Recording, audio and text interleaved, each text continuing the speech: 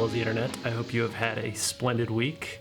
I am editing the vlog right now, and I'm looking back at some recordings from a gig that we did with the Tucker Brothers Band earlier this week.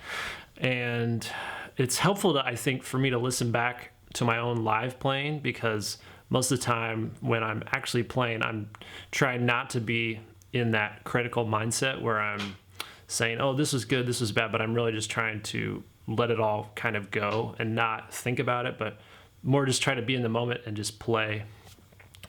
But then when I look back and listen back and also watch the videos, it's really helpful in a lot of ways. I can see my posture, I can see if I'm relaxed, or I know for myself, the tendency a lot of times with saxophone is to lift up that left shoulder because it gives support to the left hand, which you're kind of like holding the instrument with. So trying to keep that down, trying to keep my shoulders relaxed, trying not to move around too much, because if I get carried away with that, then it actually, I think, makes the instrument harder to play. So I just try to stay relaxed and keep the movement somewhat minimal.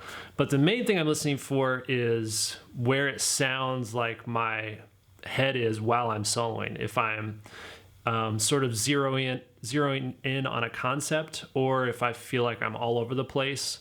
One thing that I notice with my own playing is that a lot of times throughout a solo, I'll feel like I have stuck with one idea long enough and I'll abandon it and go and try to do something different, or go with like a new idea. But usually it doesn't come across that way when I'm listening back. Usually feels like I am leaving ideas too soon and not developing them long enough. So that's something I've been trying to think about lately, or just be aware of. But I was listening back to the solo I played on this ballad, Darn That Dream. And it was interesting because I actually like it, but it's not because of why I think I would normally like it. Normally I like a solo if it feels not only effortless, but also really smooth and connected and well thought out. But I don't think those are necessarily the most interesting solos to listen to, the ones that are almost planned and where I'm playing a lot of things that I already know, or playing licks, that sort of thing. But with this solo, it sounds to me more like I'm just listening to the changes and trying to play in a more singing way, where I'm really trying to come up with everything on the spot and just hearing every single thing I play, which is hard to do, but I do think it's easier to do at a slower tempo, which is why I think I try to do that maybe more on ballads. But it made me think of this other exercise I've demonstrated before, where I'll be at the piano and I'll be playing through a tune, playing the chords, and just trying to sing a solo. And the next step with that would be to actually play along with it. So I'm going to share a clip, and I've posted this on Instagram a while ago, of me. So I'm just demonstrating that concept here. This is, by the way, over Body and Soul, a different ballad than we're playing in a minute. But I just wanted to demonstrate this first, just to sort of show you the concept.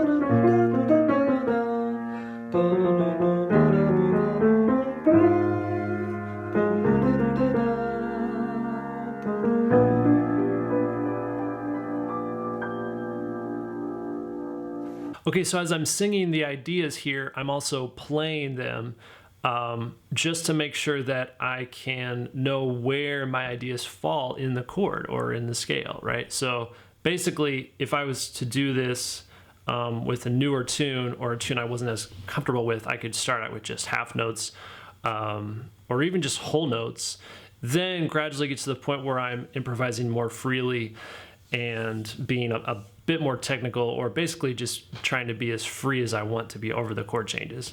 So that's the idea, just hearing your way through it first. You can try it first just by playing chords and singing the ideas and not playing along with the right hand. Then if you get to the point where you can play with the right hand, it's sort of defines where you are in the harmony more. So it's then your brain is connecting that idea of the chords and knowing the harmony and the sound of the harmony. So those are two things you kind of need to like get together then to be able to play what you're hearing over certain chord changes. So now I'm going to play the clip from the gig. This is my solo over the ballad Darn That Dream. And I just played one full chorus here, but I think I'm trying to stay in this same concept of just hearing my way through it and not thinking about the chord changes or really overthinking what I'm playing, but really just trying to play exactly what I hear and what I would sing if I were a singer, and I'm just trying to improvise over these chord changes.